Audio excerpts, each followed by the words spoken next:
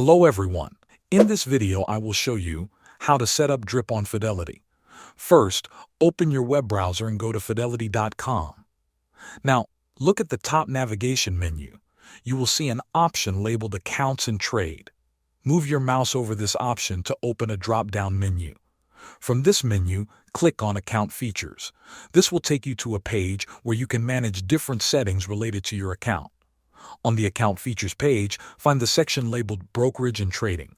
Under this section, look for an option called Dividends and Capital Gains.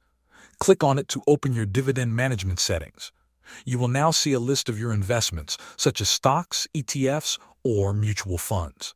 Find the specific security for which you want to enable dividend reinvestment. In the same row, look for the Actions column and click on Update. A new window or panel will appear. Here, you will see different options for how your dividends are handled. Select the option labeled Reinvest in Security. This means your dividends will automatically be used to buy more shares of the same investment instead of being deposited as cash. Once you are sure everything is correct, click Confirm or Save to apply the changes. The update will take effect immediately for all future dividends. Thanks for watching.